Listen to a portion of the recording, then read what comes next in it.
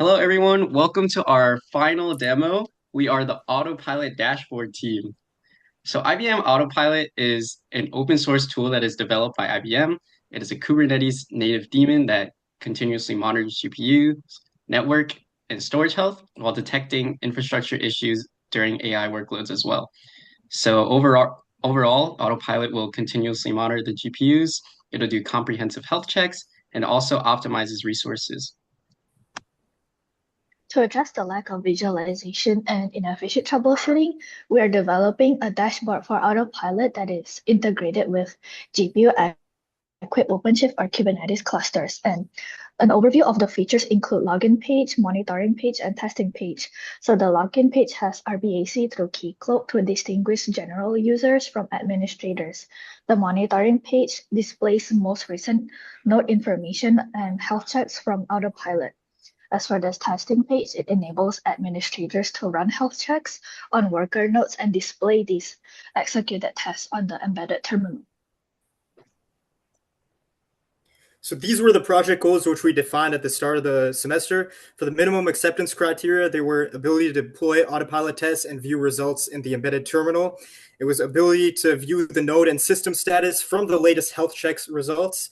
And then, of course, deploy the autopilot and dashboard to an active NERC MOC production cluster and include role-based access control authentication system. We hit each of these bullet points and successfully completed them all as our minimum acceptance criteria. For the stretch goals, first was integration with OpenShift login system and then set up the Helm chart for easy installation. We also completed these tasks successfully. As for the customized installation and the include dropdown recent test history, we weren't able to do these as we didn't have much time, but the customize is something we will do in the near future. Include dropdown, we decided to scrap that for now due to having other priorities, such as the customize. Here's a front end of our monitoring page. So the main table shows this main information about the worker nodes. And when you click to expand the table, it shows more detailed information such as the capacity and allocatable resources, as well as GPU DCGM level 3 diagnostics. So this is because Autopilot runs health checks automatically through the worker nodes. And whenever there's a failed health label, a more extensive test is carried out, and this gives us the timestamp of the finished diagnostics alongside with the name of the field health checks and along with their GPU IDs. Sorry. It's okay. So the key features of the monitoring page are showing all the worker nodes and the relevant information to each of the worker nodes. The health status is shown by the color of the row. Each column can be filtered depending on the values of that column, and we also have a search table or search bar to search the entire table for all the features of the table. We also put pagination for a better UI and a customization based on user preference. So this shows the pagination and updating the pagination and going through each of the pages.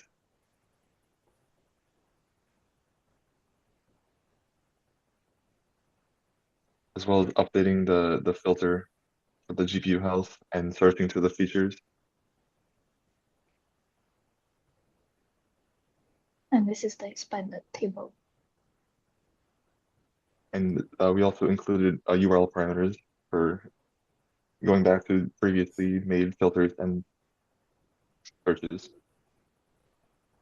Here's the front end of our testing page. On the left, you can see a box where all of the test parameters are. You can select different health checks, different nodes, and then you can select batches as well, and then run the test from there. And then the test results will show in the right in the embedded terminal window. So here is a quick demo of the testing page. As you see here, I'm selecting the DCGM health check, which has the optional R value parameter. I set it to 2. And then I can select the worker nodes. I can type in, worker node 89 as shown, and then worker node 105. I can select various ones from the search. And once I have the multiple nodes selected, I can have the optional batch parameter, which basically runs the tests in batches of a certain number. I can also select additional tests. So here I have the DCGM, but now I also selected the PCIBW, and both checks will execute for these 3 worker nodes. So what's going on right now is the front end Nginx server sent the request to the Autopilot service endpoint, which is deploying these health checks on each of these worker nodes, and it will return the status of these health checks for each node in the embedded terminal window very shortly. As we see here, the results have returned. And at the end, we see that the summary basically says all worker node health checks have passed. We can click on the expanded box to expand the terminal window. We can also click on the copy to clipboard button to save these results to a clipboard later used for Notepad. So this slide shows a placeholder login page that we created using the IBM Carbon React components.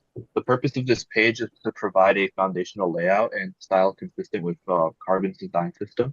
We left the full implementation open for the client, and this will allow them to be flexible, and this will be allowing them to be flexible to customize and integrate according to their specific requirements and authentication needs.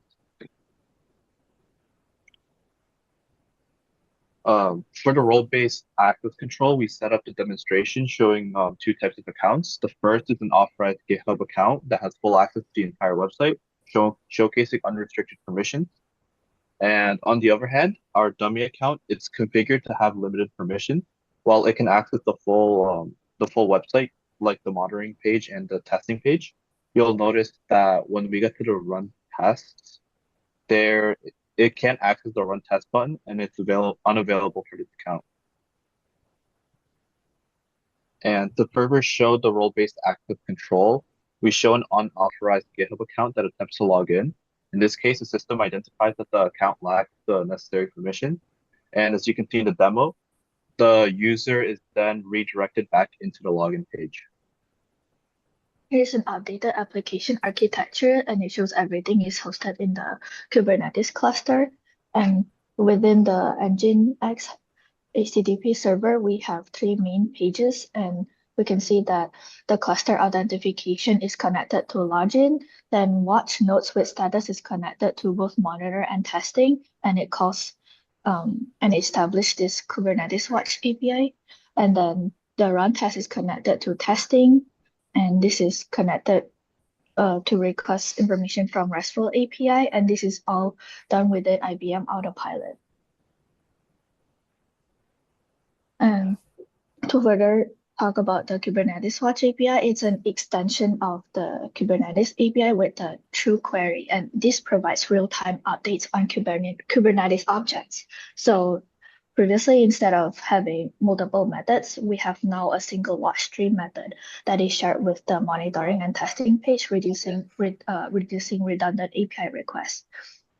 We made sure that this watch API is able to handle errors and any interruptions by adding a reconnection logic and utilizing a resource version field to ensure that information from the watch is not stale, and that during the events of interruption, we can always return to the previous watch version without doing a full refresh unless it's needed to reduce overhead.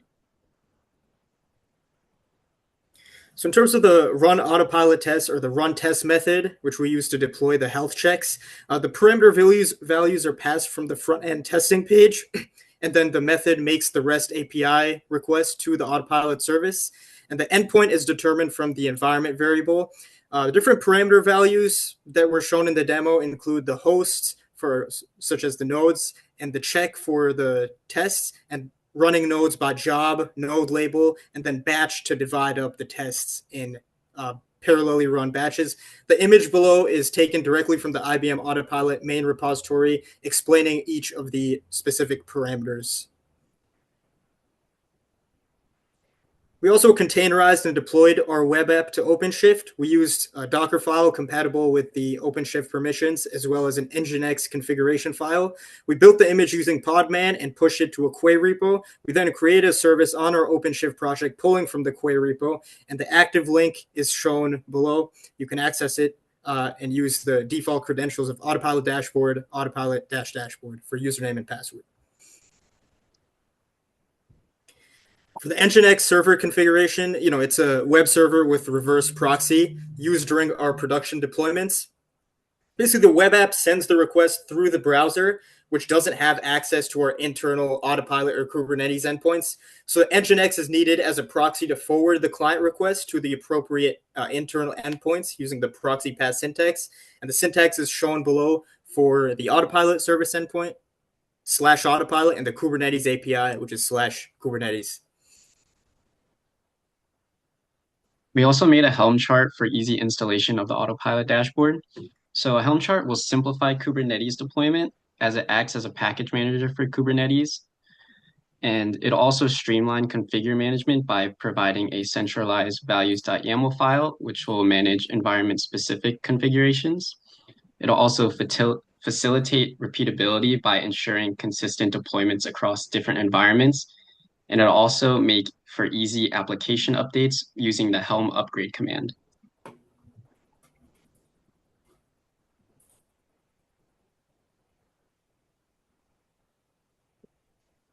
So here is our burndown chart. So our chart shows that we always keep a high efficiency since our actual hours were always smaller than estimated hours, means we always complete tasks in less time. And here is our screenshot of the backlog sprint. We always task lots of proper tasks, and we always make it on time.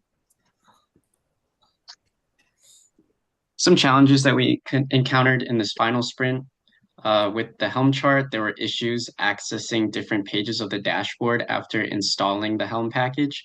But this was actually an underlying issue in the container image that the Helm chart was based on. So once that was fixed, the Helm package was fixed as well. And for updating our README documentation, we didn't know whether for detail or brevity. So our solution was to move extended tutorials and documentation to our wiki section of our repo and include links to the wiki section tutorials in the README. And we also made some assumptions with knowledge about Node.js, NPM, and Kubernetes installation. And some other challenges we had this semester were with Kubernetes cluster setup, RBAC with Keycloak, and OpenShift deployment. So for our documentation, the README has detailed instructions on how to run the dashboard locally or pull the image from our query repo. For deploying the dashboard on an OpenShift cluster and using or navigating the dashboard and its functionality once it's running and deployed. The README also includes application architecture and user face images and diagrams.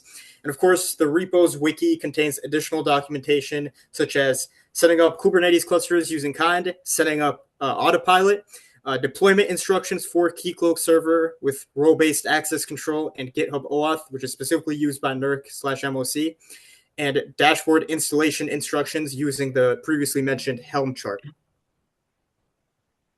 The following are the lessons learned about the soft skills. So we learned to seek feedback often and consistently from users. So we find the weekly mentor meetings very helpful with iterative improvements for our project.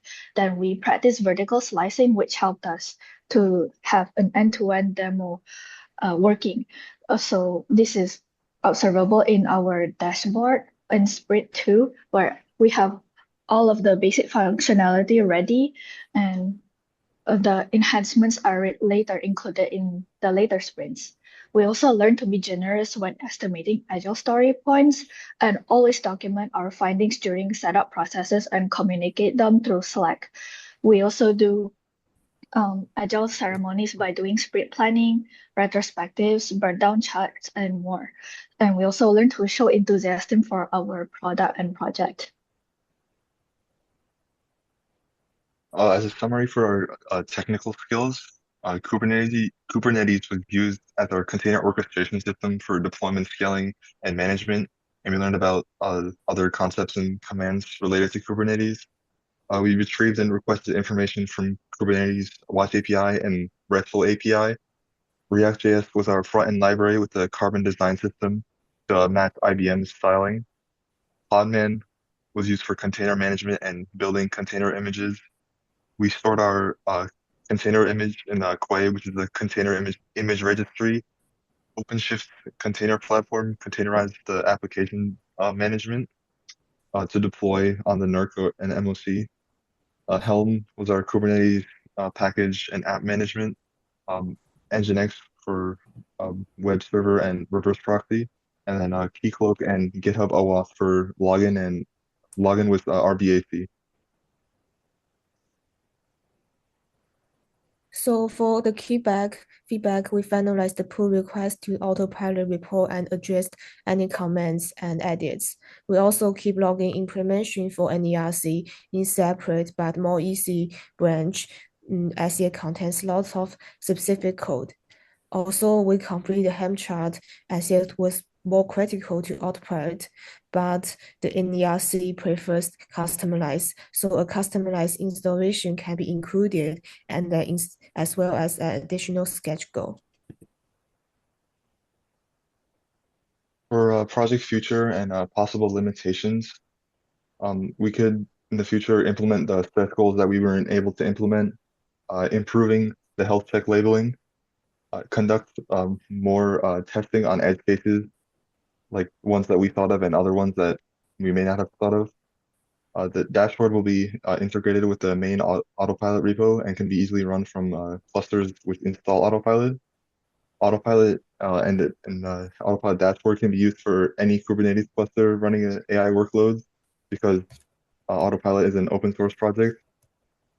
Increase the scalability of the application, especially for different environments with different authentication systems.